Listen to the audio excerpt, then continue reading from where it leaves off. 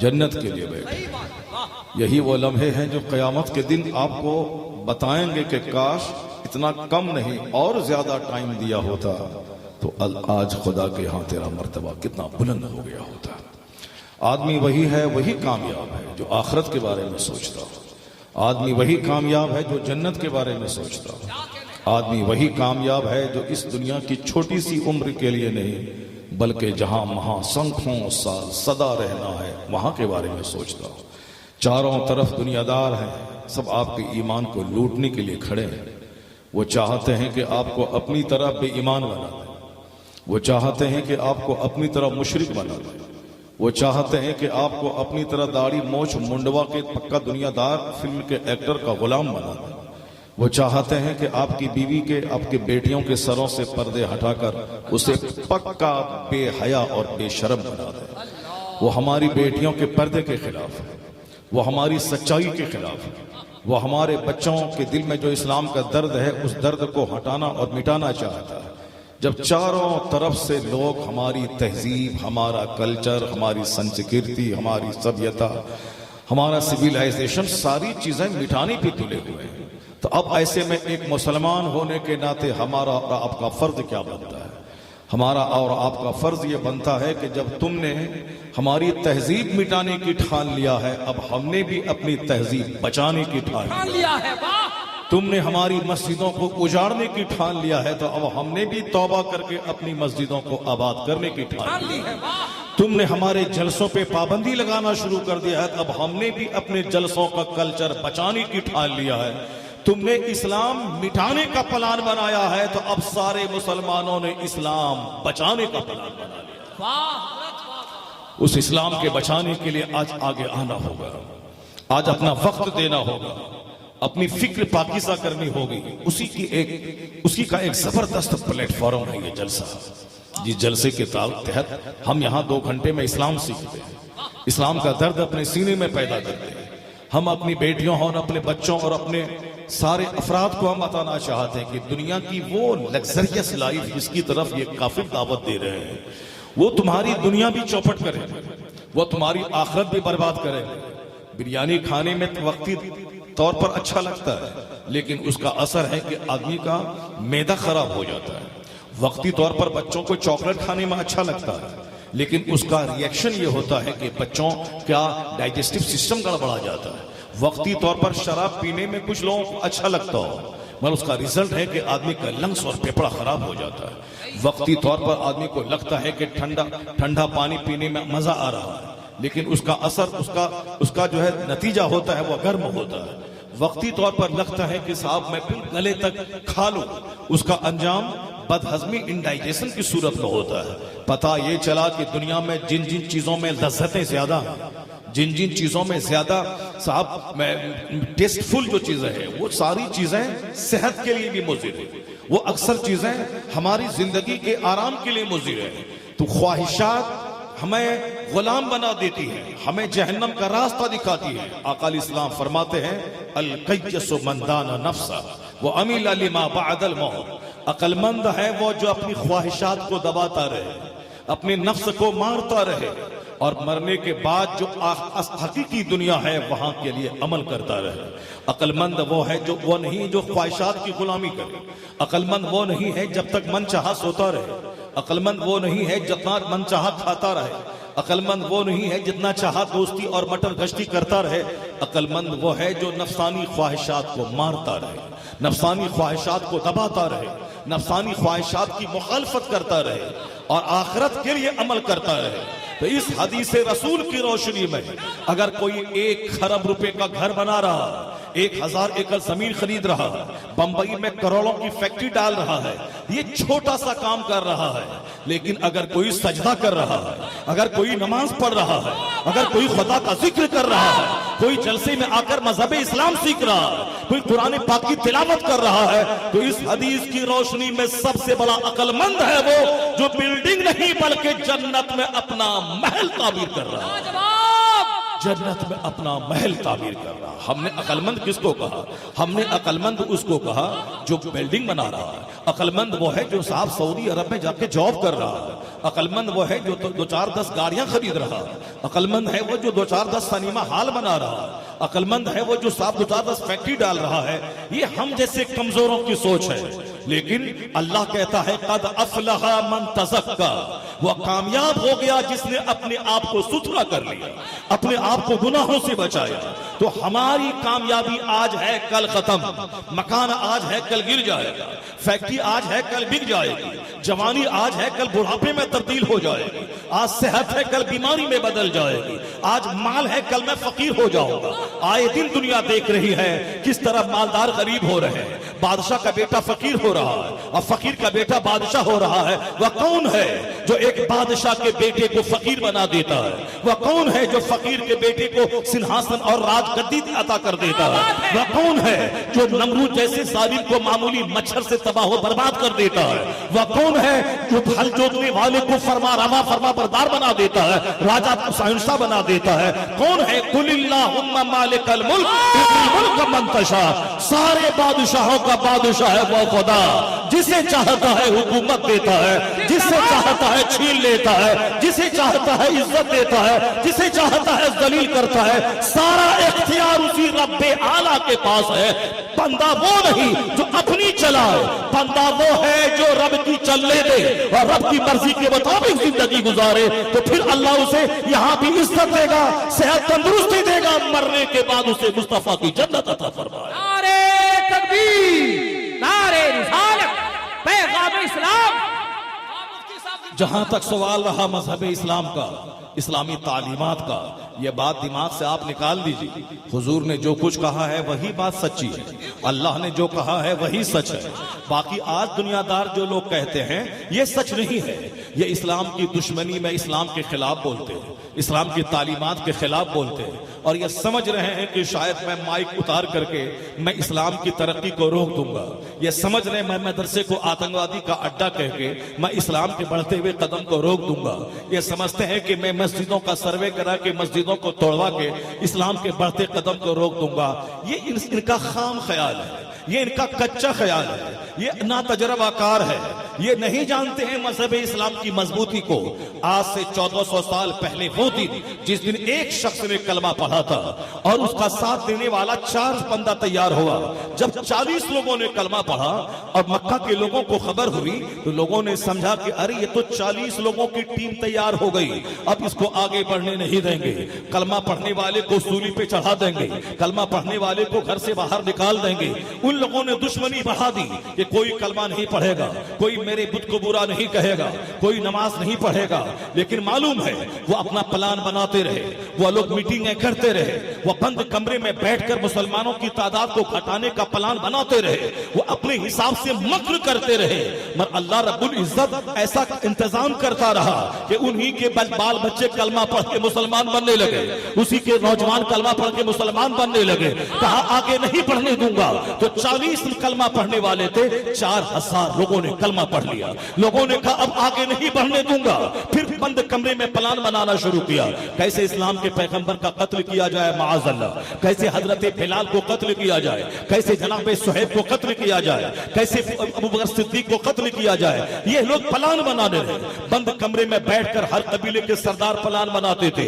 लेकिन दुनिया ये लोग नहीं, दुनिया अल्लाह चलाता है। जमीन बनाने वाला अल्लाह, आसमान बनाने वाला अल्लाह, सूरज और चंद पैदा करने वाला अल्लाह, नदी नाले डेजर्ट पैदा करने वाला अल्लाह, हमें पानी के एक कतरे से इंसान बनाने वाला अल्लाह है। वही खुदा है जो हमें माँ के पेट में माँ का हमारी खून रोककर वो हमारी ग़िज़ा का इंतजाम करता है। वही खुदा है जो माँ की शर्मगाहों से मुझे दुनिया में निकालता है। वही खुदा है जो एक दाने को सड़ा के जमीन से शानदार फसलें पैदा करता है। वही खुदा है जो समंदर का नमकीन पानी आसमान पे ले जाके मीठा बना के हमारे लिए पानी पीने का इंतजाम फरमाता है। वही खुदा है जो हमें समंदर की मछलियां देता है। वही खुदा है जो हमें जानवरों परिंदों का गोश्त देता है। वही खुदा है जो हमें रोटी और चावल देता है। वही खुदा है जो हमें औलाद देकर के आंखों की ठंडक देता है। वही खुदा है जो औरतों को मेरे लिए पैदा करके हमारी तसल्ली का सामान पैदा करता है। वही खुदा है जो हमें इंसानी समाज देता है। वही खुदा है जो हमें फसलें देता है, हमें फल फ्रूट्स देता है, हमें चाय देता है, हमें दूध देता है, हमें सेब अनार देता है, हमें आलू देता है, हमें बैगन देता है, हमें खीरा ककड़ी देता है। कौन है वेजिटेबल्स देने वाला? कौन है फ्रूट्स देने वाला? कौन है जानवरों की शक्ल में सवारी के जानवर देने वाला? कौन है आसमान से मीठा पानी गिरा के जमीन के अंदर ले जाके फिर चापाकल के जरिए हमें पीने का इंतजाम करने वाला? कौन है? वही खुदा है जो सारी दुनिया चलाता है, जो इंसान को पैदा करता है, फिर दोबारा इसे मार के दोबारा जिंदा करके हिसाब लेगा। तो उस खुदा का मजहब है इस्लाम, उसका पसंदीदा मजहब है इस्लाम, उसकी किताब है कुरान, उसका पैगंबर है मुस्तफा जाने रहमत। अब ये काफिर अपने ख्याल में उसे मिटाना चाहता है। किसको मिटाना चाहता है? अल्लाह के पसंदीदा दीन को मिटाना चाहता है। ऐसा नहीं होगा। या जो कोई पेट में पाखाना लेके चलने वाला ये इस्लाम नहीं मिटा पाएगा।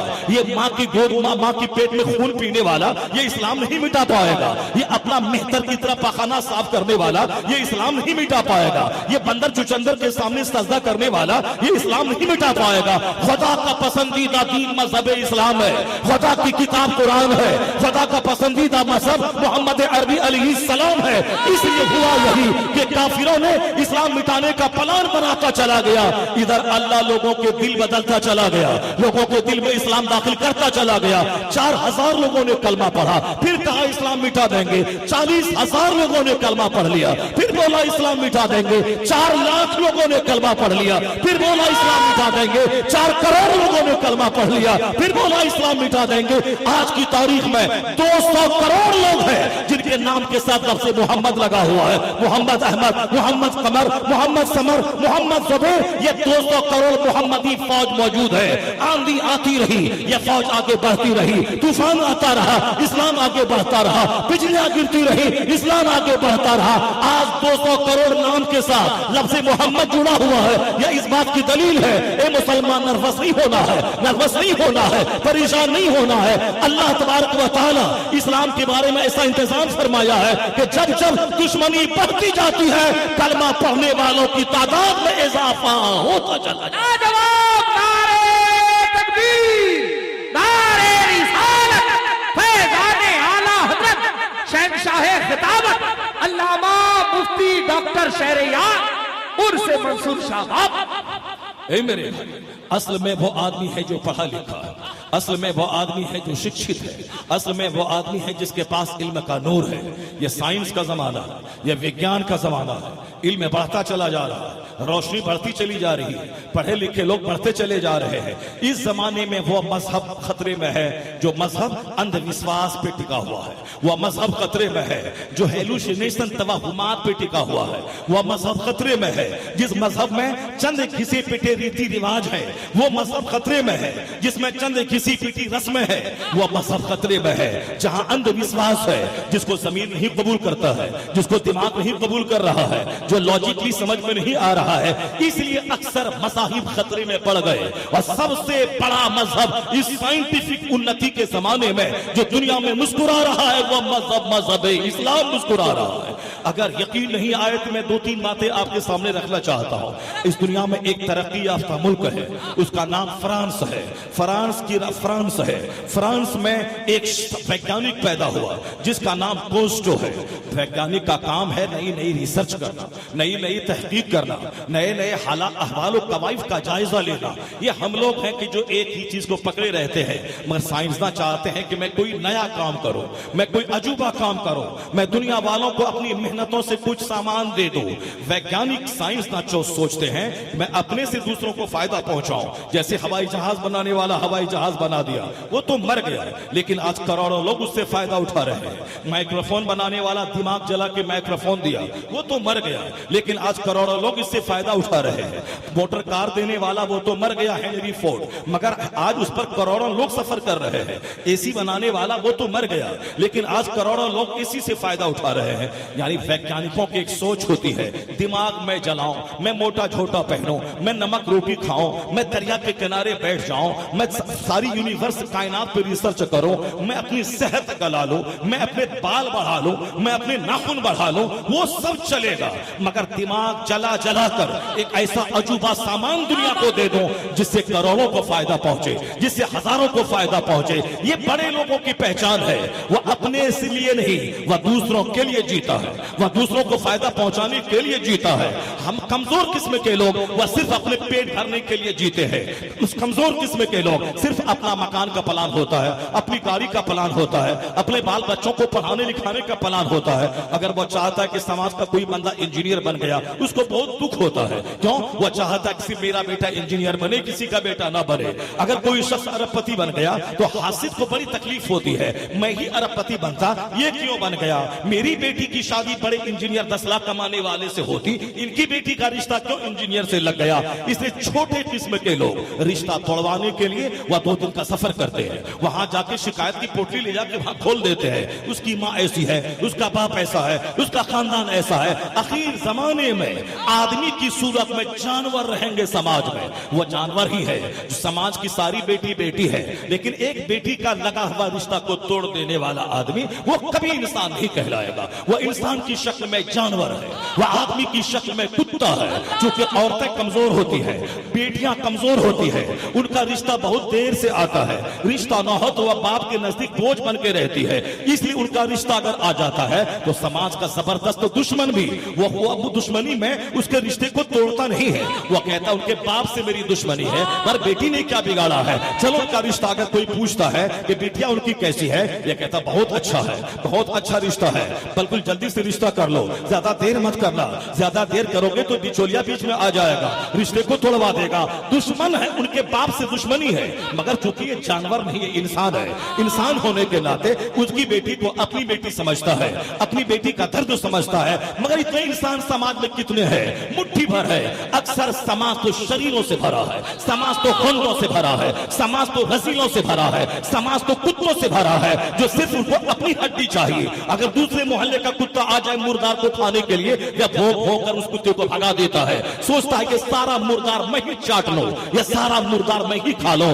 जैसे कोई बैल मर गया, उस मोहल्ले का कुत्ता खा रहा है, अगर दूसरे मोहल्ले का कुत्ता भोंकता हुआ आ गया, या सबसे पहले दौड़ के उसको भगाता है। वह सोचता है कि इस मुर्दार पे मेरा हक है, मैं ही खाऊं। मगर एक चूंटी है, अगर चूंटी को कहीं चीनी और शक्कर का एक दाना मिल जाता है, वो तनहा नहीं खाती है, 1000 सहेलियों को बुला लेती है, 1000 सहेलियों को बुला लेती है। बुजुर्गों ने कहा, ए इंसान, कुत्ते की तरह मत बन, चूंटी की खसलत का बन जा।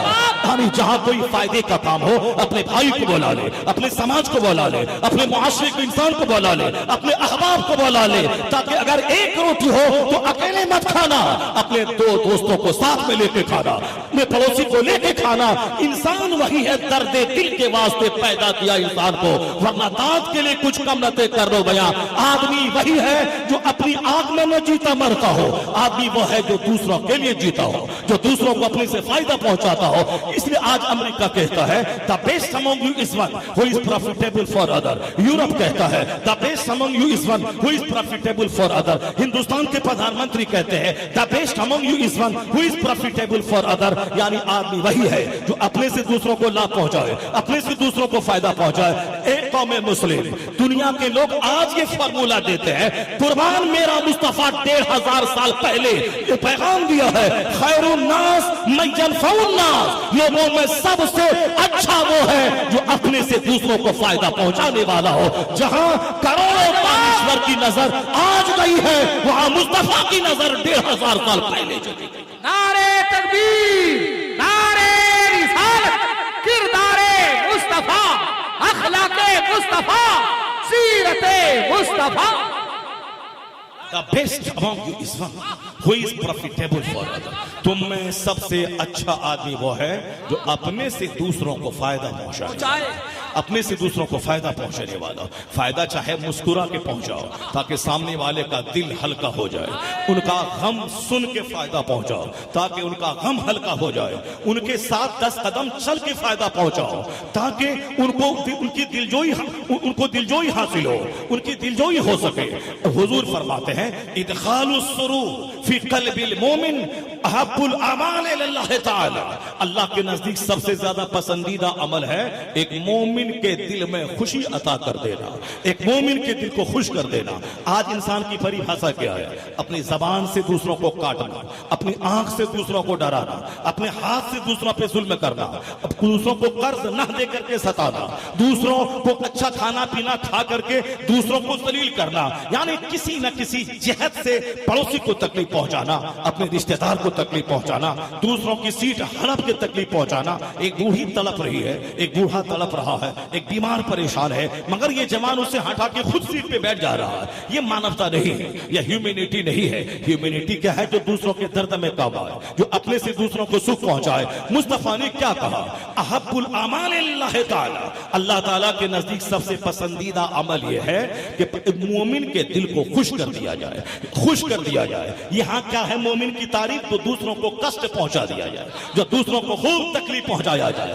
गीबत करके तकलीफ पहुंचाया जाए, हसद करके तकलीफ पहुंचाया जाए, जलन करके तकलीफ पहुंचाया जाए। ये बताएं कि अगर आप किसी का नाम बिगाड़ के लेते हैं कि वह फलाना क्या जाने गया, वो अहमदवा क्या जाने गया, माअज़ल्लाह, वह जुबैरवा क्या जाने गया, अगर आप ऐसा बोलते हैं, उनको जब ये खबर मिलती है कि फलाने मेरा नाम बिगाड़ के अपने दोस्तों के बीच या अपने परिवार वालों के बीच बोला है, कितनी शदीद तकलीफ होगी। उनका नाम बिगाड़ के बोलना ये भी एक तकलीफ पहुंचाने का एक जरिया है, ताकि उनको नाम बिगाड़ के अपने दिल के भड़ास निकाला जाए, अपने दिल के हसद और जलन के जज्बात को सर्द किया जाए। और फिर अगर कोई शख्स मेहनत मुशक्कत करके पढ़ने लिखने के बाद अगर कोई अच्छा घर बना लिया, अच्छा जॉब मिल गया, तो अब एक शख्स क्या बोलता है? ये नहीं बोलता है कि अल्लाह ने तेरी मेहनत को कामयाब कर दिया, तू मेहनत किया तो जॉब मिल गया, और जो मेहनत करेगा वो कामयाब होगा। जो हाथ पे हाथ धरा बैठा रहेगा वो तो चौक चौराहे पे चाय की चुस्की लेके कीमत करता रहेगा कि वह काम चोर है। जो मेहनत करेगा वो कामयाब होगा। इस दुनिया में सारा सिस्टम मेहनतों पे आधारित है। जो घर में बैठा रहेगा भिखारी होगा,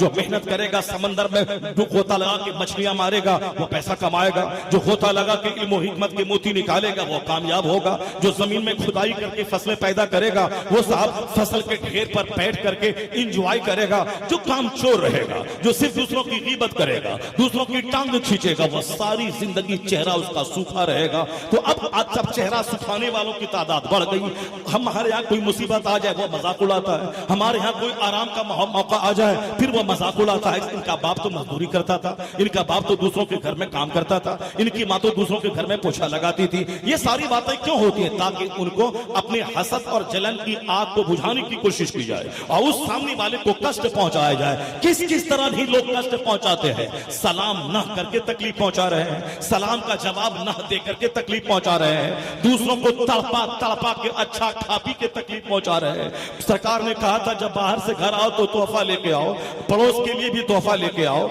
अगर तो तेरे पास उतना पैसा ना हो तो अपने बच्चों को तोहफा देके मना कर दो कि घर से बाहर ना जाए। अब पड़ोस के बच्चे देखेंगे उनका दिल टूट जाएगा। यानी वो पैगंबर जो पड़ोस के बच्चों के जज्बात का ख्याल रखता हो, का दिल न दुखे, तो वो पैगंबर किस कदर छोटी से छोटी बड़ी से बड़ी बातों पे जोर देता है। इस्लाम मजहब अखलाक का नाम है, इस्लाम दीन फितरत का नाम है, इस्लाम रिलीजन ऑफ मोरालिटी का नाम है। मगर अफसोस की बात तो यह है आज सबसे ज्यादा अगर अखलाक के एतबार से गिर गए हैं वो मुसलमान के बच्चे गिर गए हैं। क्योंकि सबसे ज्यादा खिताब यहाँ हो रहा है, जुमा की तकरीर यहाँ होती है, ईदैन का खुतबा यहाँ होता है, सीरत के जलसे में खिताब यहाँ होता है। बता दे कोई क्रिश्चियनों के यहाँ इस तरह का कोई सिस्टम हो क्या डेली रोजाना 5 टाइम नमाज की तरह कोई इबादत